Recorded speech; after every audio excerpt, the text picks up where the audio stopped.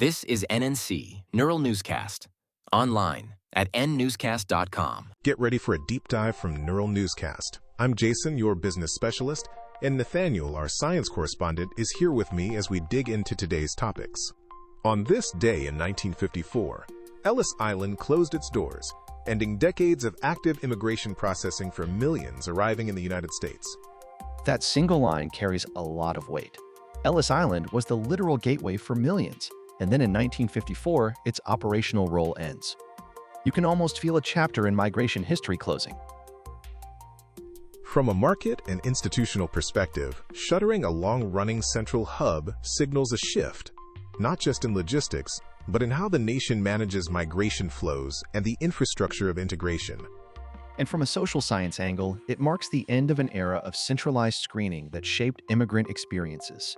The sheer volume of processing there left historians a concentrated data set on public health, demography, and movement patterns. The imagery is vivid. For decades, arrivals funneled through one place, then the doors shut. That pivot reverberates through urban development, labor markets, and how communities organized around newcomers. It also changes how we track immigrant trajectories over time. As support networks evolved after 1954, researchers see different pathways and outcomes in longitudinal studies. For business history, it's a reminder that infrastructure choices ripple into economic trends, from workforce composition to entrepreneurial formation in immigrant-rich neighborhoods. Analytically, the closure creates a clean boundary for studies. Pre-1954 cohorts processed at Ellis Island versus post-closure arrivals who encountered different entry conditions. That boundary enables sharper comparisons, policy shifts, pace of integration, even consumer behavior across that 1954 hinge point. It's striking how one administrative change threads together public health records, migratory patterns, and social networks, converging on that 1954 moment when Ellis Island ceased active processing. So the closing isn't just an endpoint. It becomes a legacy marker that shapes how we remember and how we study immigration in the United States. Exactly. An unmistakable inflection in the long story of migration, defined by the year Ellis Island closed its doors.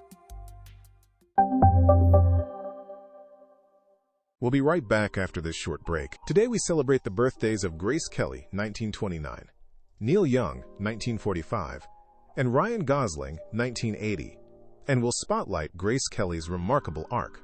Grace Kelly stands out as the most intriguing pivot, an actress who became a princess, and I'm keen to unpack how that transition reshaped her public role and legacy. Absolutely. Her path from Hollywood leading lady in films like Rear Window and To Catch a Thief to Princess of Monaco is a textbook brand transformation with cultural weight that goes far beyond optics. From a cultural history perspective, that shift wasn't just glamour. It recast an American screen star as a European diplomatic symbol, with real soft power implications for Monaco and post-war celebrity culture. Strategically, her move rewrote how celebrities engage in philanthropy and public service, blurring entertainment influence with institutional responsibility, an approach many leaders and brands still emulate. And the humanitarian side matters. Her later life emphasized charity and social causes, reinforcing an image of civic stewardship rather than mere stardom. Her film work is the foundation. Those Hitchcock performances built the credibility and emotional currency that made the pivot believable to global audiences. A less remarked angle is how her aesthetic, poise, fashion, comportment, helped standardize an international idea of elegance that designers and cultural institutions referenced for decades. That aesthetic translated into measurable influence. Fashion houses, philanthropies, and Monaco's tourism all benefited from her profile. A reminder that celebrity can act as a market driver. And the interplay between her cinematic persona and later public role normalized the idea that entertainers could operate in quasi-diplomatic space. For modern leaders and brands, the lesson is clear. Authenticity anchored in craft creates the trust needed to step into roles with civic or institutional heft. Even in science communication, she's a case study in how narrative and image shape public perception, enshrining values like grace and service across generations. Looking ahead, her legacy is a template for cross-domain influence. Film excellence built credibility, marriage into royalty provided platform, and humanitarian work gave that platform purpose. Exactly. And that's why she remains a living reference point in conversations about soft power today. Which brings us full circle. Celebrating Grace Kelly isn't just nostalgia, it's a prompt to rethink influence, style, and service. And a quick tip of the hat to Neil Young and Ryan Gosling as well. Her story keeps informing both cultural memory and practical approaches to public engagement, one reason her birthday still resonates. Time for a quick pause. We'll explore more when Neural Newscast Deep Dive returns. From breaking news to developing stories, you're listening to NNC, Neural Newscast. Fast, factual, and thoughtfully reviewed. Visit neuralnewscast.com for past episodes and all our shows. Welcome back to Neural Newscast Deep Dive.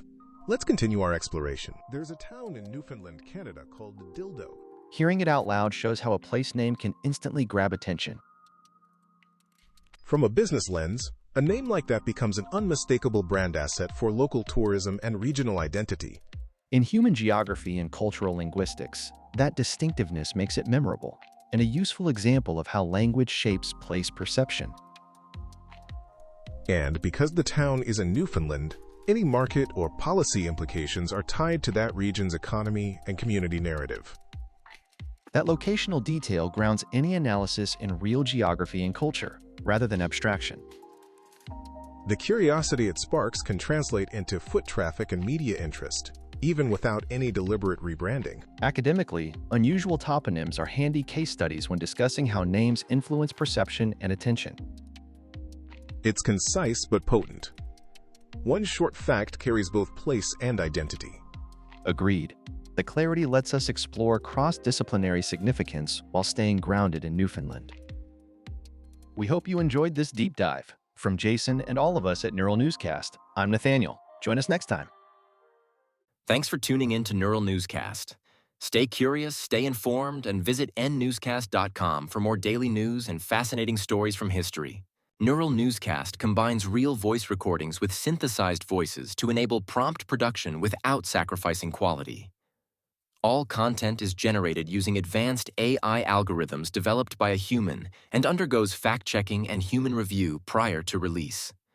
While we strive for factual, non-biased reporting and actively work to prevent AI hallucinations, AI-generated content can occasionally contain errors. Listeners are encouraged to verify critical information from trusted sources. For more details on our AI transparency policies, visit nnewscast.com.